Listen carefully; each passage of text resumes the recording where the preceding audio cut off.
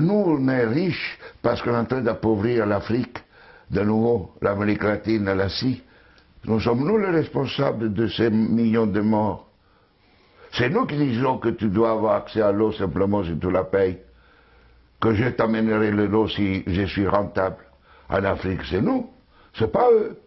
Eux, ils étaient capables de le faire en communauté. Et donc, à l'heure actuelle, il faut se dire que les guerres qu'on est en train de faire, c'est quoi? C'est parce qu'ils nous ont attaqués. Qui?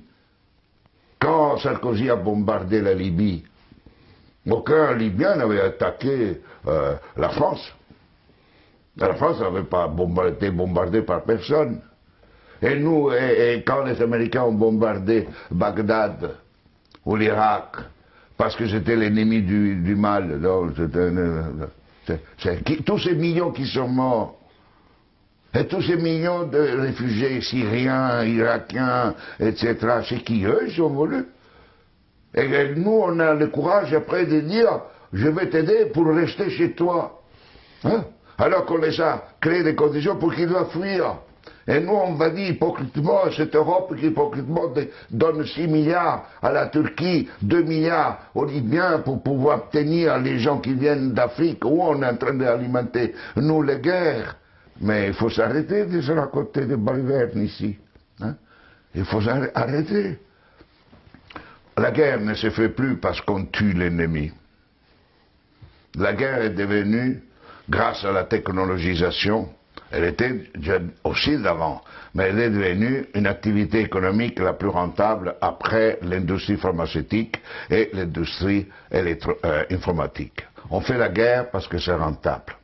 Et malheureusement, si nous ne changeons pas nos dirigeants, et nous-mêmes, hein, dans le sens pas individuellement, mais les systèmes de valeurs fondamentaux, la sécurité nationale qui explique la guerre, la souveraineté nationale, l'appropriation privée du vivant, etc.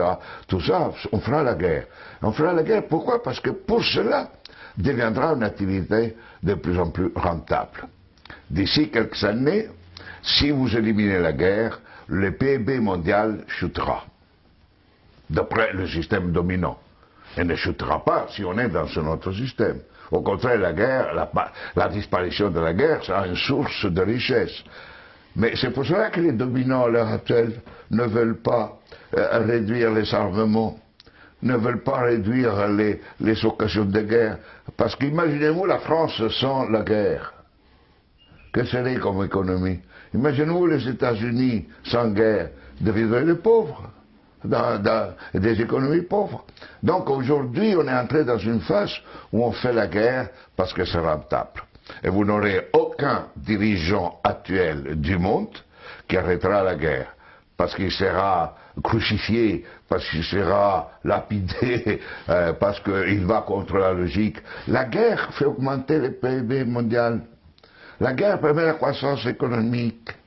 Et on suppose que si on fait la guerre, on augmente la création d'emplois chez nous, non?